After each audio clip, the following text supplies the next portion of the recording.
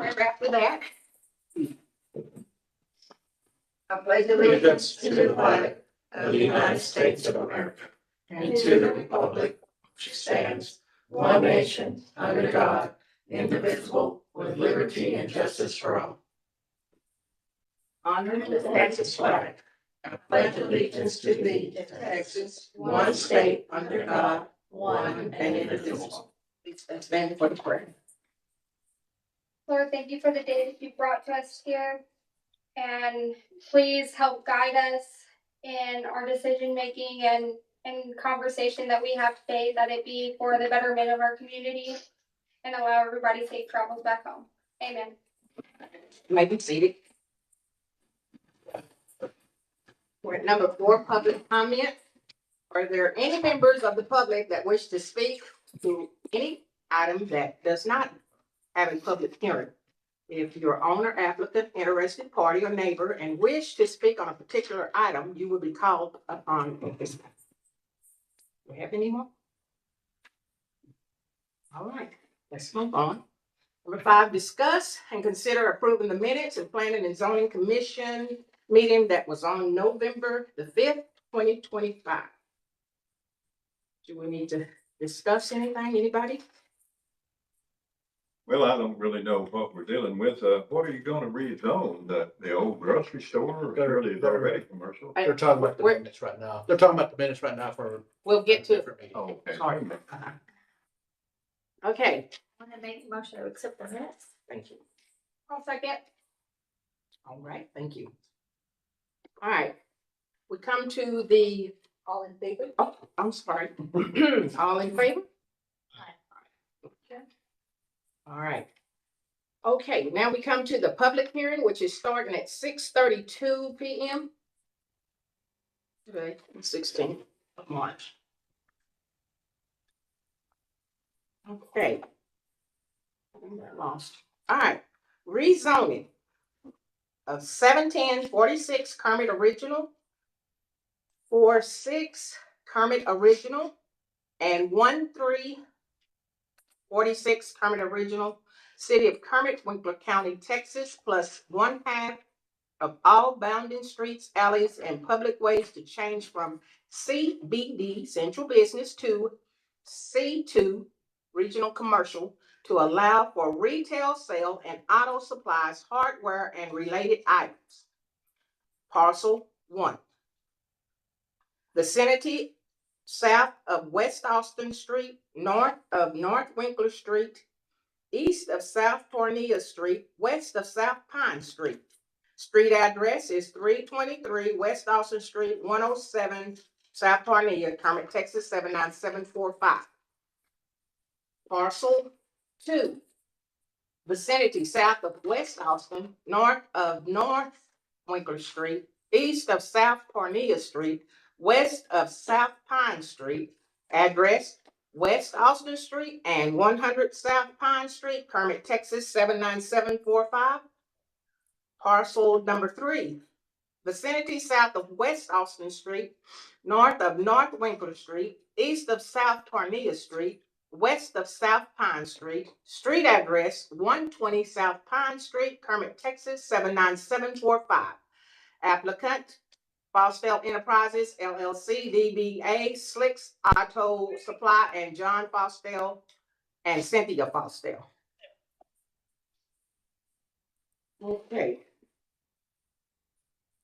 City Manager, did you want to? Yes, Madam Chair, committee members, this particular agenda item came before us, and it is the property just down the street here. It's the old, I believe, with the Pay and Save Yes. grocery store prior to.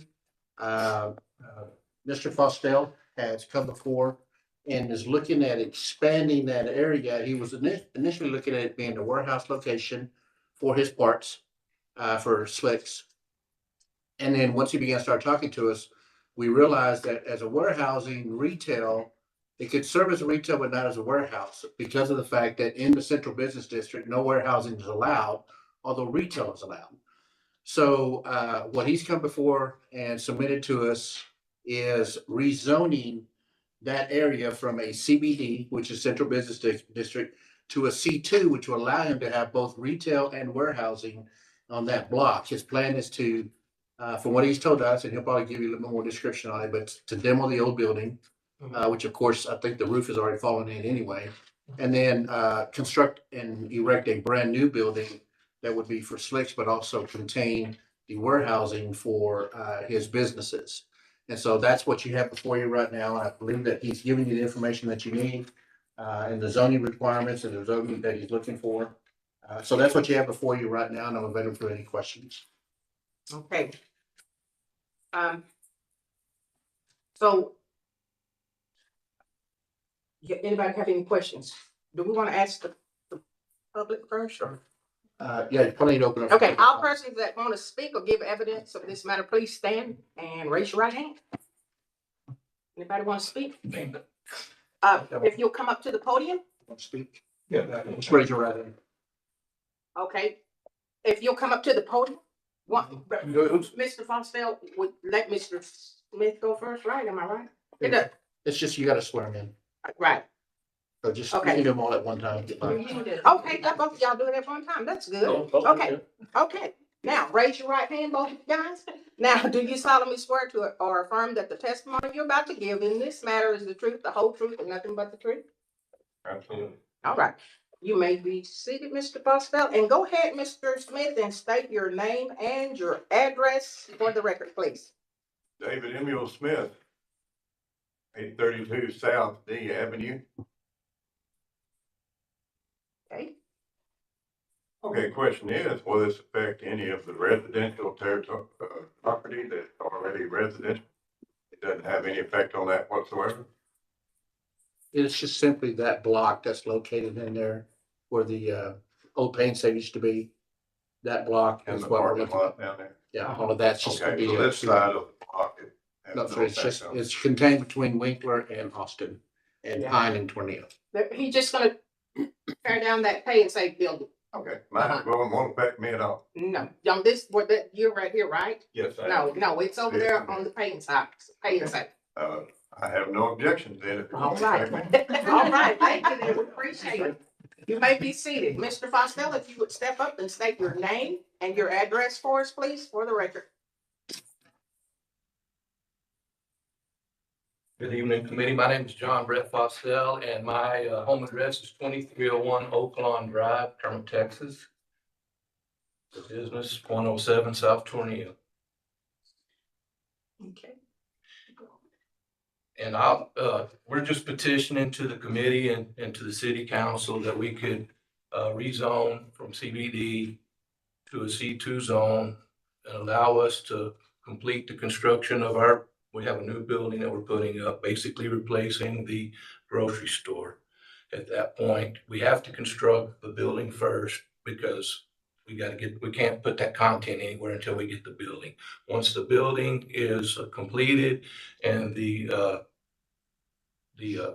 water, the bulk oil and everything will move in there as well as for your information, we're putting in a hydraulic hose and suction discharge hose machinery where we can make those. We'll make them there and sell them out of the store as well.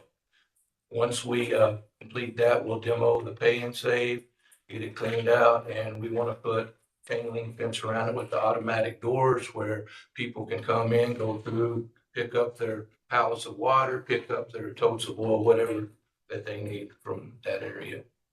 We think it's gonna look better. We hope y'all do too. Yes. Do y'all have any questions for me? I have, Yes, sir. if you're going to be manufacturing in that, is that light industrial?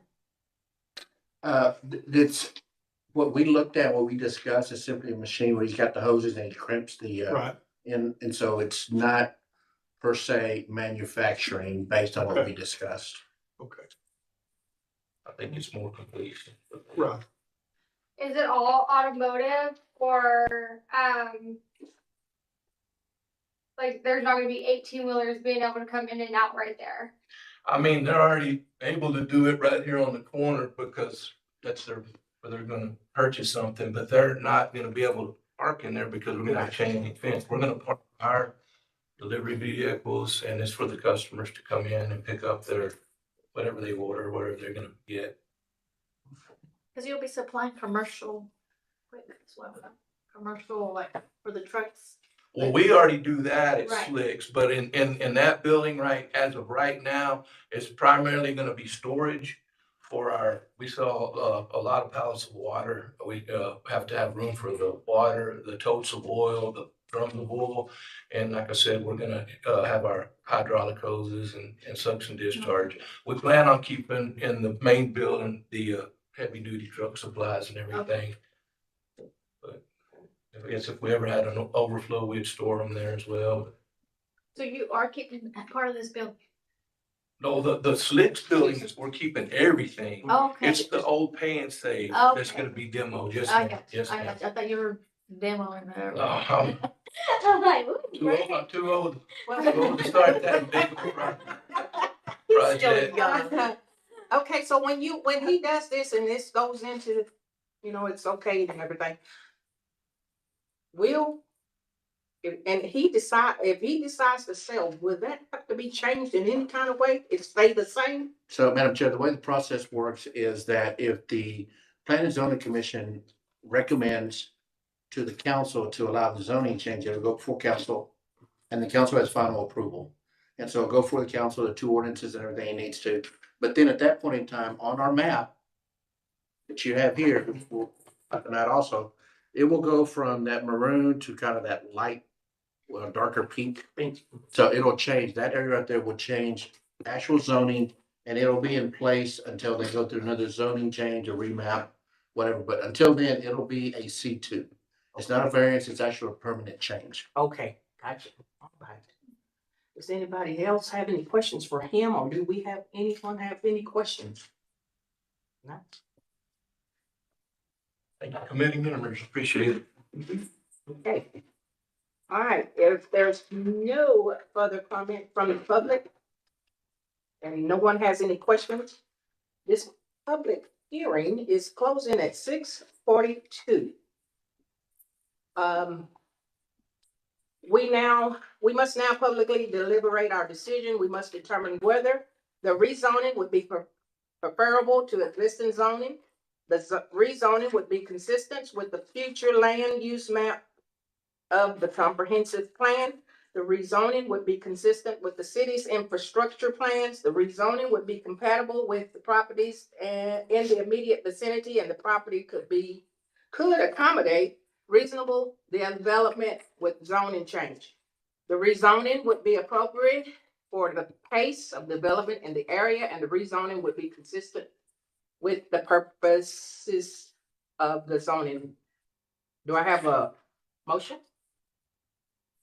I make a motion that we, approve the zoning change. I'll second. All in favor? Aye. Okay.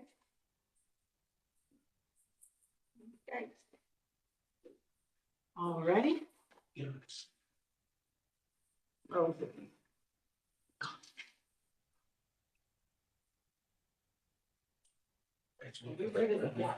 Okay, all right. Okay, Once again, I appreciate it. Y'all take thank care. you, thank you, Thank you. thank you. Thank you, Mr. Smith. Okay, now let's go to You're good to go. new business.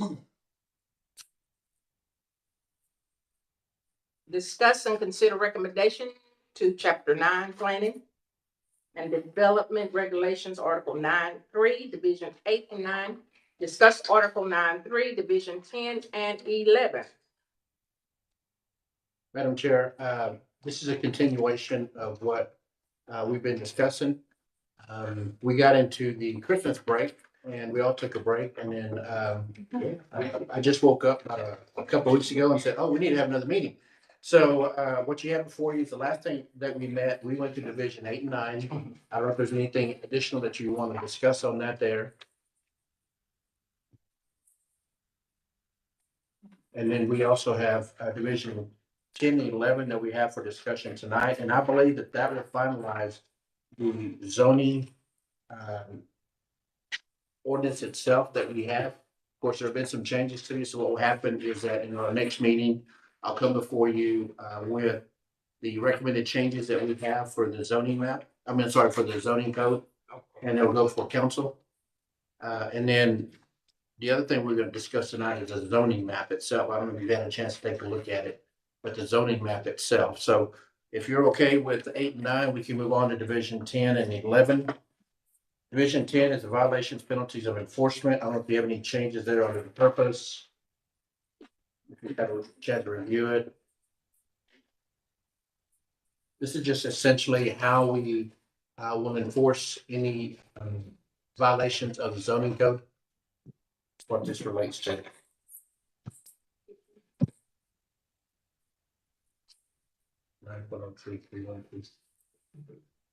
Application, 312 is application, 313 violations and penalties. I don't know if there are any changes you want to take a look at there.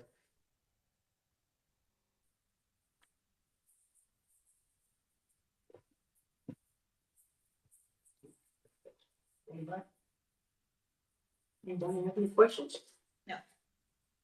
Moving on to Division 11, which is administration and procedures. 341 is the purpose. 342 applications. 343 is the administrative bodies, which discusses basically council, the Plan Zoning Commission, Board of Adjustment, the administrator, of which I, as the city manager, serve as the administrator of the zoning code. The way I would choose not to bear, but it's given to me anyway. 344 is the application submittal process. I don't know if there's anything you want to change based on the submittal process. It pretty much ties in with what state law is. So if the state were ever to change the zoning application process, then it would reflect in our zoning itself. So we may say that you got to fill it out in black pen. If the state says you got to fill it out in blue pen, we'll switch to blue. So they supersede getting there on us in this particular case. 345 is the development review procedures. Basically, a comprehensive plan. One thing that we have not done is to have a complete, what they call a comprehensive plan of the city, which is one thing that we'll probably look at as just separate from the zoning, but that's still down the road to do a comprehensive plan.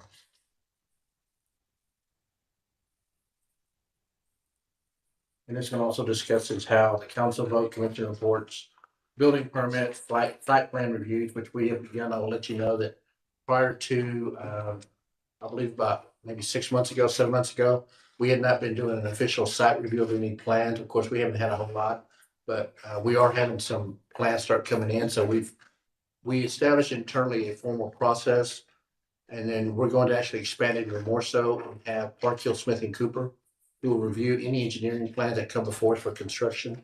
And they will, as our engineer, review the plans and submit, make changes to, so that we can kind of proceed from there and make sure that anything is being constructed in Kermit is following engineering plans.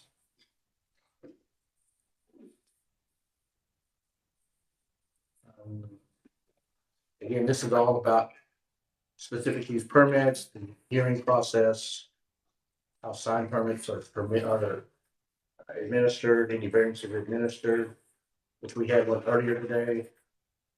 Any public hearings that we have to have, the map amendments, which of course we'll review here shortly as well.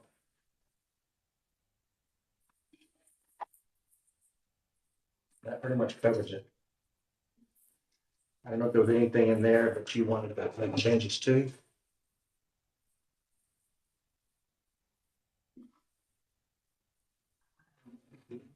Anybody? Questions? You see? No. It's a lot of great reading when you're can't go to sleep. Right. Okay. Madam Chair, moving on to the zoning map. This is what I do want to make sure we spend a little bit of time on, because I believe that there's probably some issues that we may want to take a look at. I don't know how we want to proceed in this, if we want to break it up into certain quadrants on the zoning map, because there are some things that we have found peculiar that we would probably want to look at possible discussion on. So at this point in time, what I'd like to do, Madam Chair, is kind of get some feedback from the commission.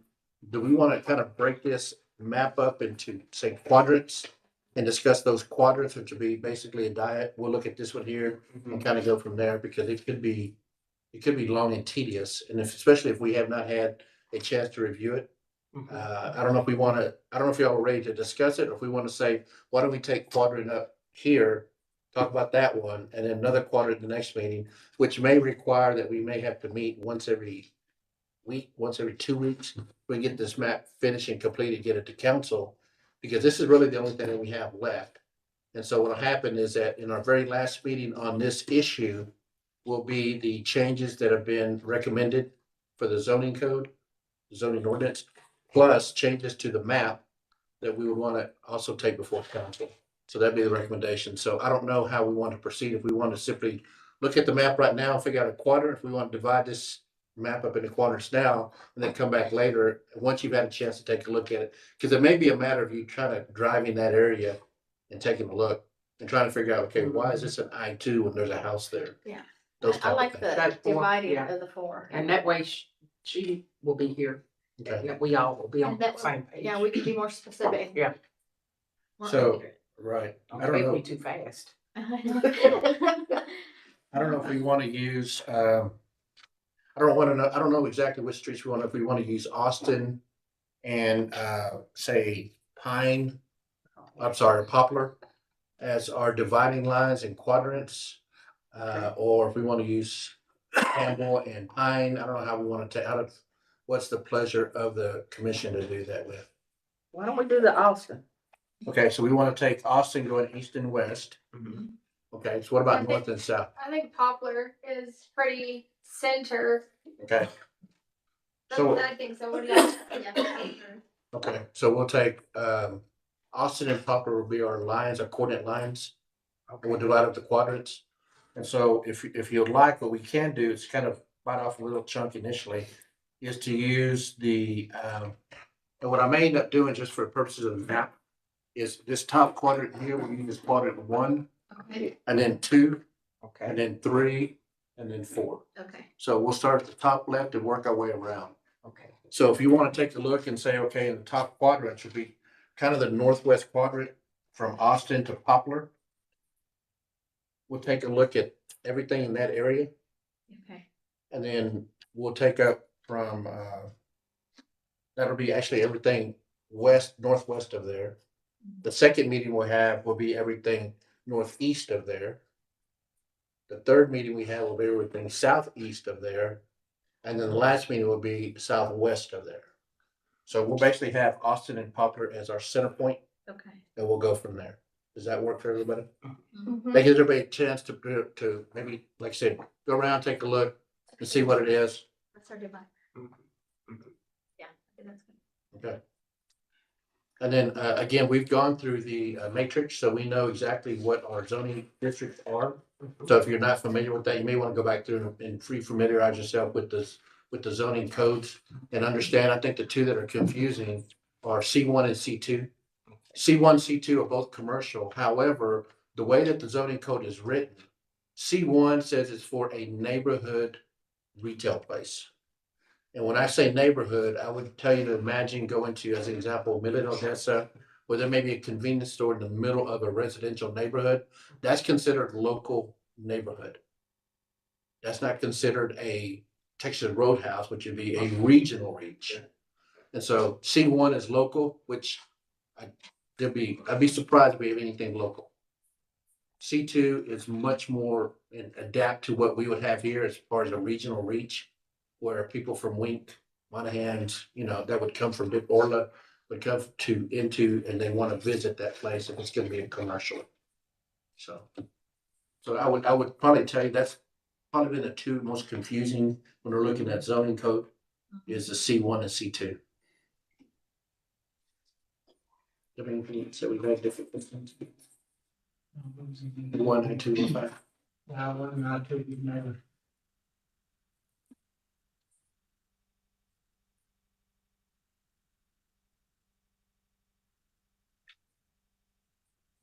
Okay. Any questions for me? You seem like you've got a question. Well, I guess I've had it all wrong. I thought the difference between C1 and C2 was kind of based on ownership. In other words, whether it was owned locally, but it was say like Rome Restaurant Right, as opposed to Pizza Hut yeah. in the chain. That was, is that not right? No, if the, well, and I can see where the confusion occurs, but C1 says it's a community commercial mixed use. This district is intended to provide locations for various types of local retail office and businesses, primarily serving the surrounding neighborhood. So That's really, what RC1 states. well, looking pretty much at what the inside or adjacent to city limits, pretty much. Yeah, and I've told my staff is that, that 7-Eleven that's located right in the middle of the neighborhood that everybody goes to, or the local grocery store that everybody goes to and they can walk to, that's considered a C1 serving a surrounding neighborhood. Okay. And Kermit's so small, I find it difficult to believe that we would ever have a C1, because if I'm living in the northwest part of Kermit and there is a 7-Eleven sitting over here off of Sherwood, then, and I want to drive there, that's no longer considered a local neighborhood surrounding it. Okay. But they're still considered retail for C2 purposes. That makes it more of a regional reach, even though it's tough to think of regional here. But somebody from Wing could come in and go to 7-Eleven and get a Slurpee. What What would be the implications of somebody that say running the C1 having to rezone to C2? And how will that affect their business? I don't think it'll affect it at all, So because it's this just, is more making consistency with the map. yes, sir. Okay. Yes, sir. That's exactly it, consistency. And I think the difficult part is when there's no consistency, it's confusing. It's confusing for staff, but it's gotta be much more confusing for those that don't deal with it on a daily basis. Right. So that's the reason that's correct. I think what I'm looking for as a city staff member is say, I'm looking for some consistency across the board. Okay. You'll need to unlock your iPhone first. Siri heard me say consistency, wants to look it up. You see, now my phone's looking for it. Can't say the word. We can't say that word. She should not be spoken. Okay, so we have. So we'll just do that. So what we'll do is I don't know how much time you want to take a look at the map. 2 weeks to look at that first quadrant. I think that'll be good. That way we could drive it as well and kind of. So let's set a meeting up in 2 weeks. And that way we can kind of go through the map and look to see, and if there's changes that you want to talk about, if you look at it and say, again, there's a house there, why is it an I-1? Those type of things. And you'll notice those little spot things. And the other thing, we talk about consistency. We had a Board of Adjustment meeting earlier, and there was a discussion about a RV park. And if that's changed, then it's got to go before CBD. If they want to change it to, as an example, an MH that allow for RV parks, they'd have to come before P and Z to do that because it's a actual land change, zoning change. But the problem is that the courts have ruled against spot zoning, which we got to be careful not to allow those type of things. So again, when you're looking at your map, because I can tell you, if you're looking at the first quadrant, if you look at the corner of Austin and Olive, you got some pink and then you got some yellow. It becomes very difficult. Actually, if you look at Austin and Locust more than anything else, because you see purple, you see yellow, and you see pink. Okay, so that becomes a little bit more difficult, and for us to be able to legally defend that that is not spot zoning. Because again, as you mentioned earlier, there's no consistency. I would tell you this also is that in the event that there's a recommendation made to council to change the zoning, and there's already a land use that's being used in that one that's opposite of what's being recommended, it will stay that way until there is a change of ownership on that property. That was my next question. Okay. Because the last thing we want to do is to try and have a business at a location and we say that should be residential and we change it to residential. But then we turn around and say, well, Now you gotta move because your business doesn't fit in a residential. It'll just be grandfathered in, what they call grandfathered, in, Right. but it'll follow the zoning that it had when it moved into. So we'll go ahead and set a meeting up in a couple of weeks so we can begin to start talking about the map itself. I have a question about the couple of weeks for the meeting. Does it have to be on a Monday? Anytime. My son has T-ball games Mondays and Tuesdays. How about Wednesday? I missed his first game to be here today, Oh. so What time's this game? 7. Oh, well, we'll have to do, Wednesdays? Wednesdays is good for me. Wednesday's fine with me. Okay. Wednesday? So we'll look at 2 weeks from Wednesday.